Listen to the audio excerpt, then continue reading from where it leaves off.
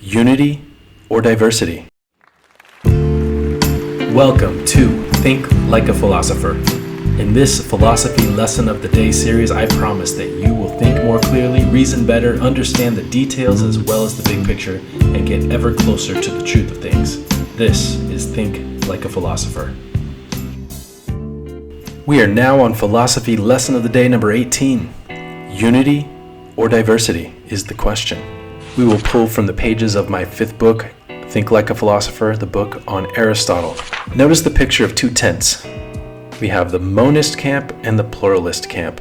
If you remember back to our talks about the pre-Socratics, there were some that believed that the essential element, the arche, was one thing. They debated about what the thing was, but they thought it was one thing. If you believed that the essential element behind all of reality was one thing, such as earth, wind, fire, or water, you were a monist. Monist means one.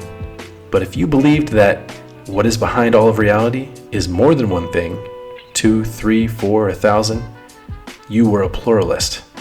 So you might think that everything behind reality is water and earth, or earth, wind, fire, and water. You would be a pluralist. So who's right? What is behind reality? Is it one or is it many? We turn to the great Aristotle.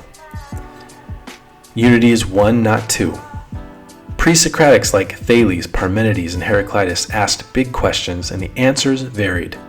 Aristotle loved unity and unified answers. For example, they argued over being and becoming. But Aristotle sought a solution. He wasn't satisfied with Plato's theory of forms either. He wondered how to make sense of everything in a unified way. To Aristotle, Plato's answer was dichotomy, not unity. You may remember a previous philosophy lesson of the day when we looked at Plato's theory of forms. Plato thought he had solved the riddle of being and becoming by saying that perfect ideas exist and they are perfect being. And what we see in reality are imperfect copies of these perfect ideas. And in reality, these imperfect copies are becoming, being and becoming. Aristotle didn't like this. He saw dichotomy. That's a duality of things. That's double.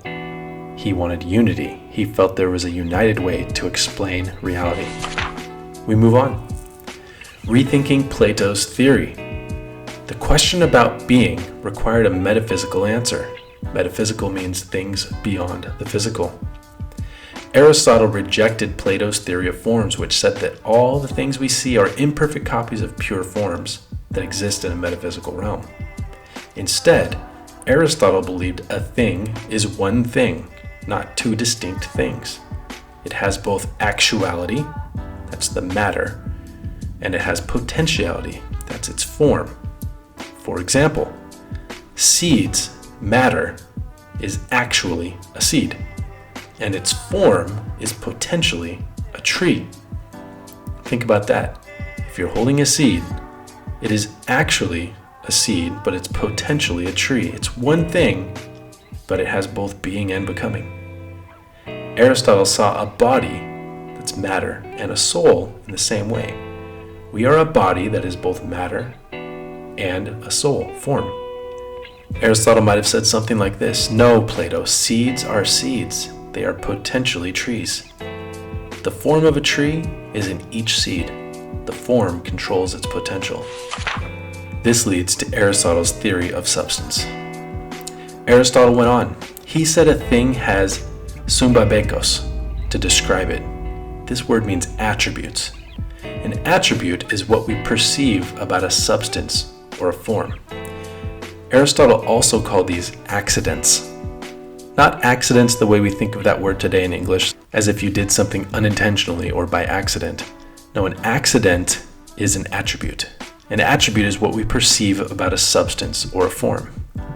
So for Aristotle, he sees a tree. A tree has attributes like roughness and hardness, tallness and brownness, even greenness. United answers about being. Unlike Plato's theory of forms, Aristotle said attributes and ideas are not real. They have no being. Instead, we simply use them as words to categorize, to label, and to describe what is real. When it came to the dilemma of being versus becoming, Aristotle said a thing is one thing with matter, form, and attributes. He thought this theory of substance was the best answer because it had unity. So who's right? If you saw a previous philosophy lesson of the day on Plato's theory of forms, and now you've seen this one on Aristotle's theory of substance, who has the best case? Is everything in this world unity or diversity? Depends on which great thinker you follow. Are you a Platonist or an Aristotelian? That is how you can answer today's question, unity or diversity. We'll see you next time when we talk about science. Thanks for watching. For this video, I borrowed from the pages of my book series, Think Like a Philosopher, which goes through the history of Western philosophy from its origins to the present. If you love what you see, check out the links below to find digital and printable copies of any and all of my books on the history of Western philosophy.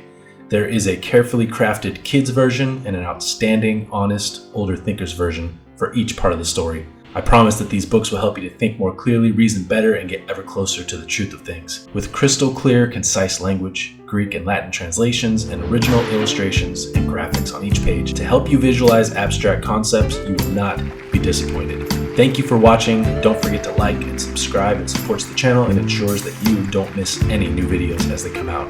See you next time.